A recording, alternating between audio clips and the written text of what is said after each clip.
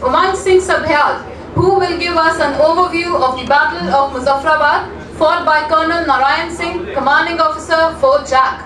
Ladies and gentlemen, Group Captain Naran Singh is the grandson of martyred Colonel Naran Singh, Commanding Officer of Fort Jack, who laid his life to prevent Pakistani invaders crossing over Kohala Bridge for full 1 day. Group Captain Naran Singh, please sir. It's an event which the state has felt reverberations even 77 years after its occurrence.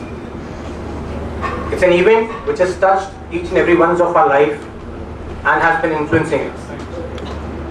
It's my proud privilege and an honor to present to you Battle of Muzaffarabad. Next please. Next please.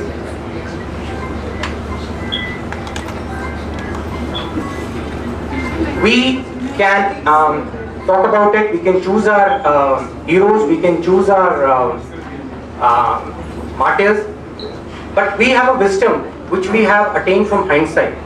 The people who were caught in the eye of storm in those momentous days of 1947, they took decisions, they underwent operations which to the best of abilities was there to help the state be preserved in the way it was envisaged.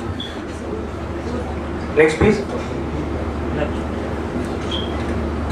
Many people have written about these events and I have gained my expertise about it from the stories which I have heard from the old timers of the unit, from the people who have been part of it, and from many writings which were done. Whatever are my perceptions, I am going to present to you people. It's my perceptions and not of the organization which I represent, Indian Air Force, where I am serving presently. Next please.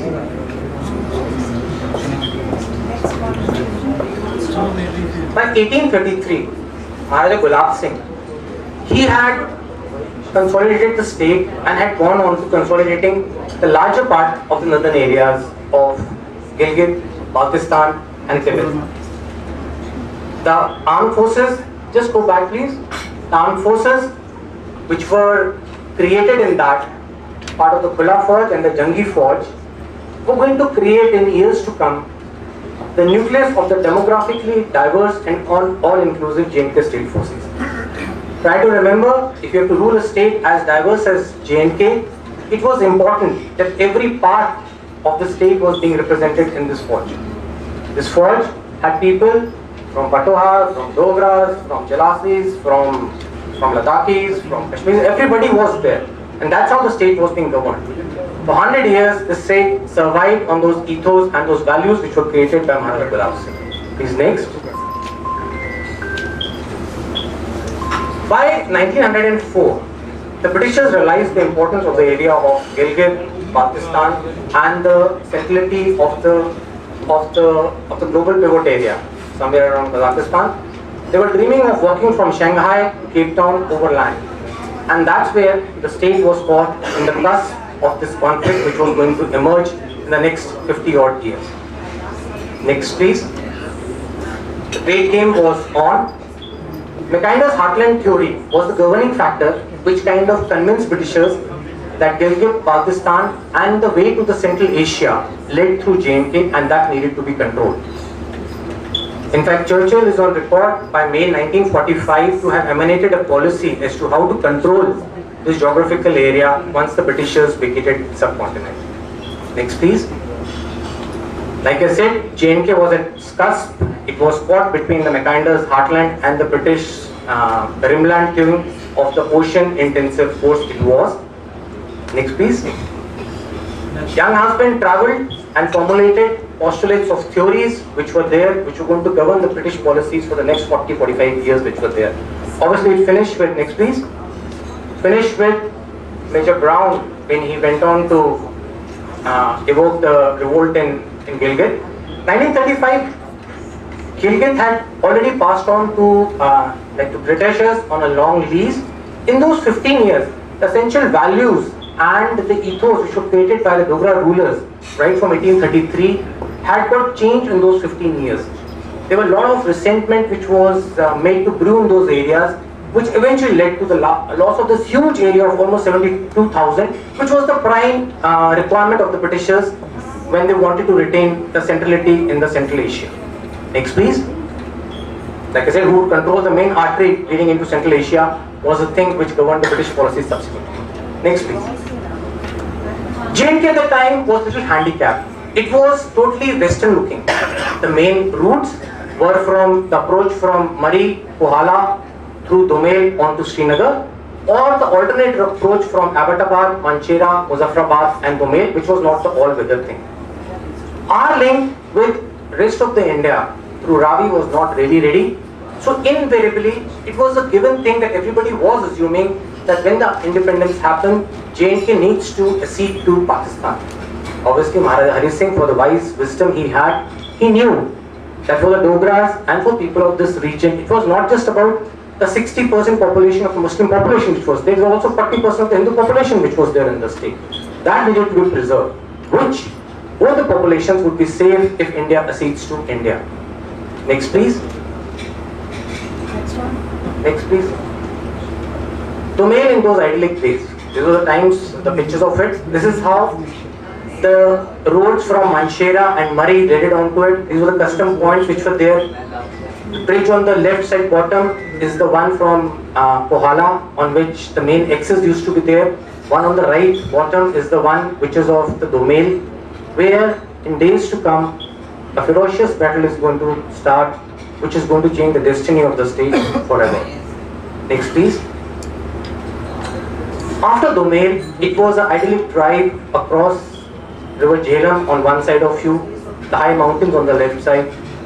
Many happy days I spent in those in 82 to 86 when my father was posted there. It's a wonderful place to be in, but that's how it's going to be. I'll explain to you how this road, the Jhelum Valley Road, turned into the ferocious battlefield in those days of 1947. Next please.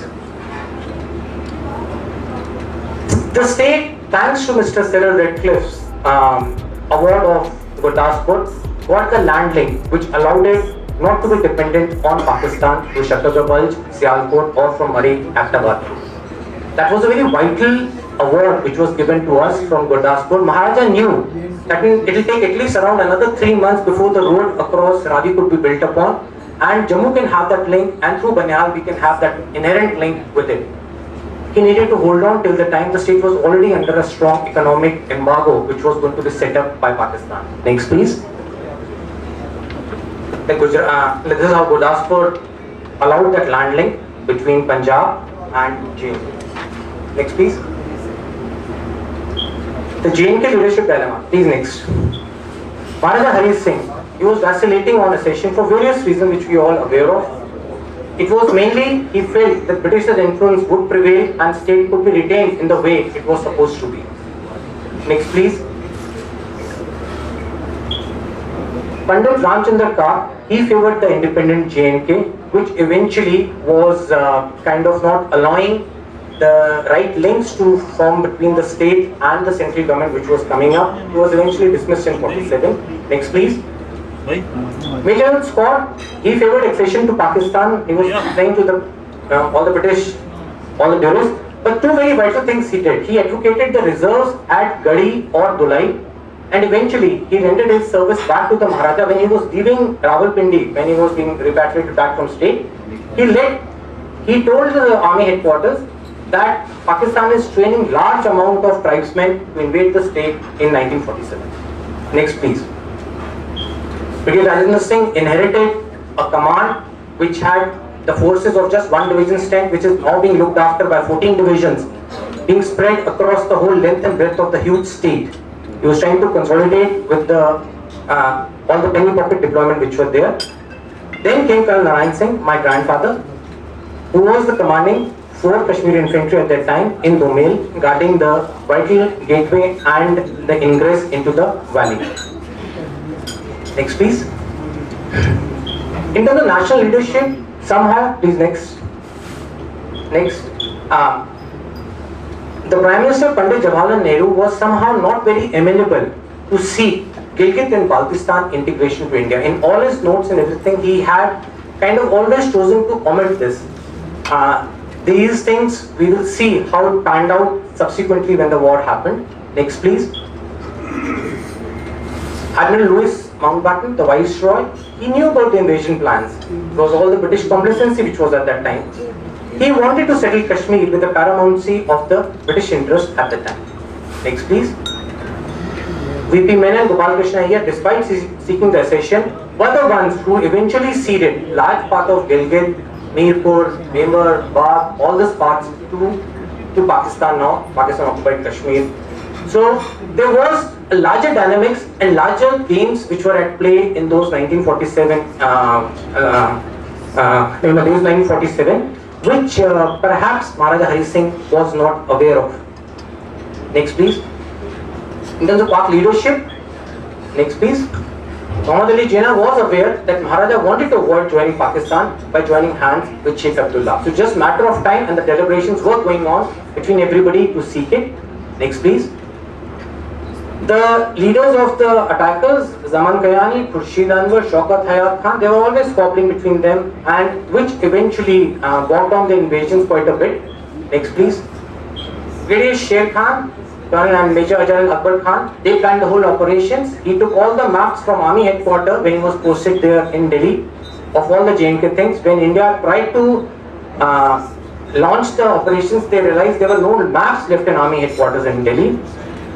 He wrote an appreciation, which in military terms I would call quite intelligent at that time, because he took care of all these factors, strengths, weaknesses, opportunities and threats which he had with J&K forces, which eventually led to them attaining the spectacular first action which they did in 47.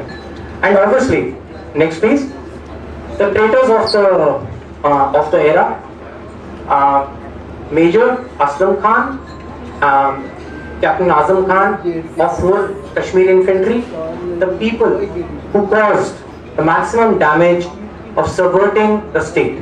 They were the ones who went against their commanding officer, Colonel Naran Singh.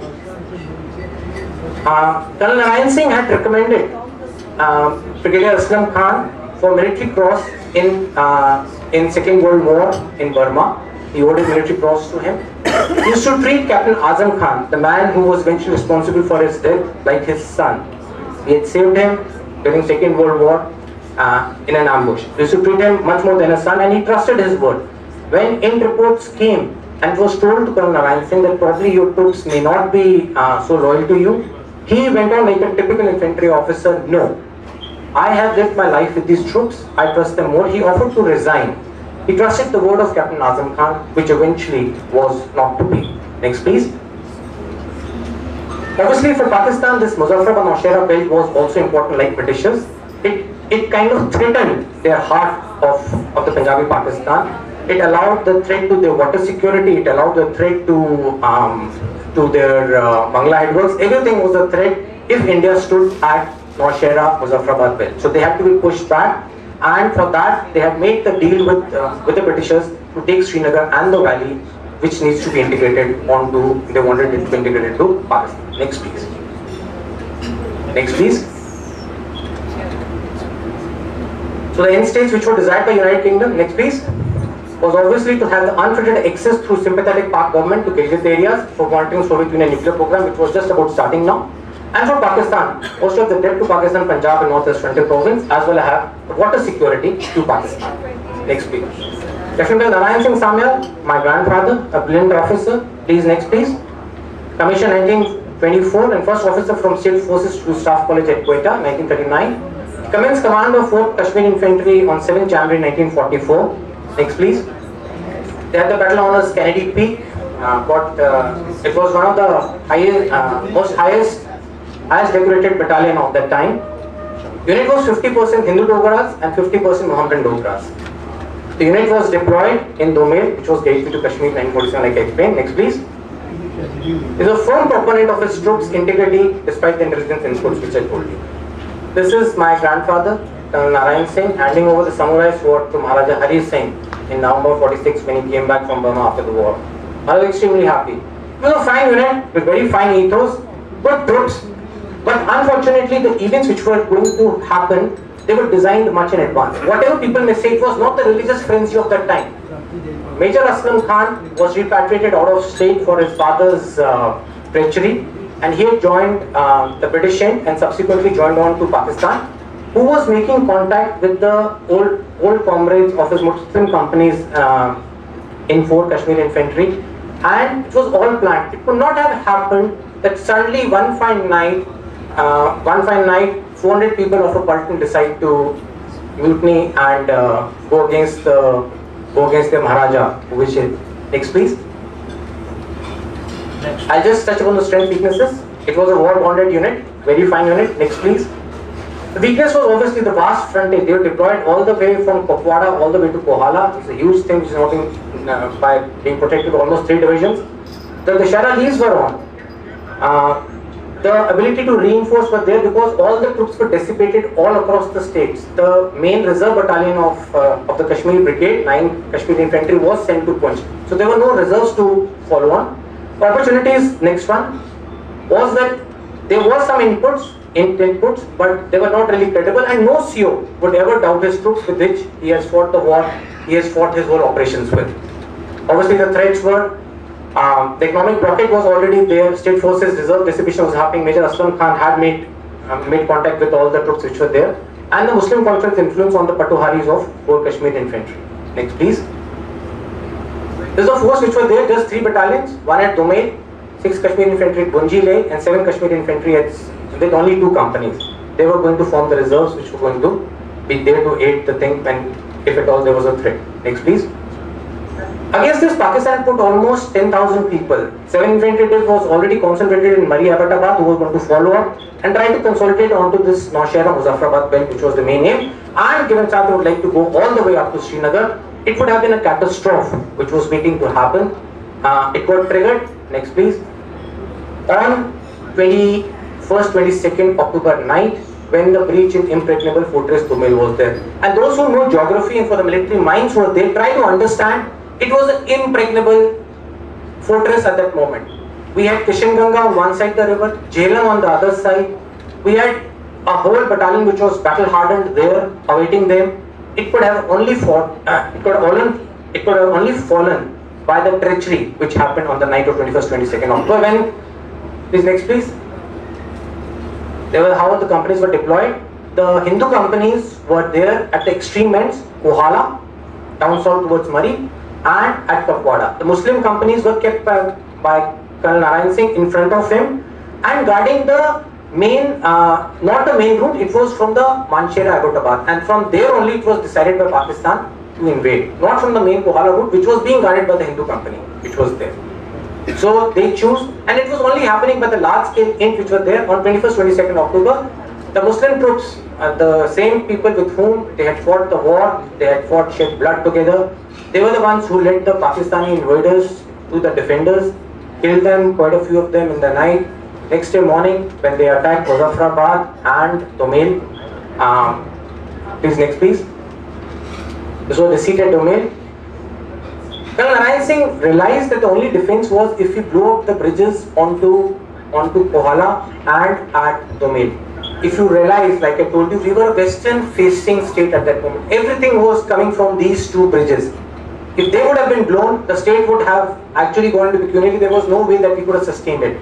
So the bridges were being held on, and that's why the explosives were not being sent to destroy them. Eventually, when the attack happened and he sent help and he sought explosives to blow them up, they came, but not in enough time to be blowing them. Next, please.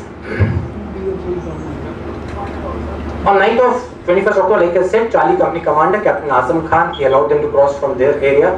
And next, please. And they facilitated the breach of defense. Next, please.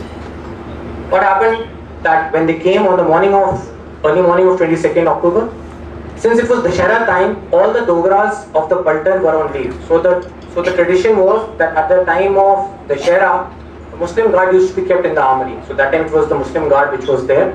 And the same thing used to happen at the time of Eid, that the DOGRAS used to man the armory.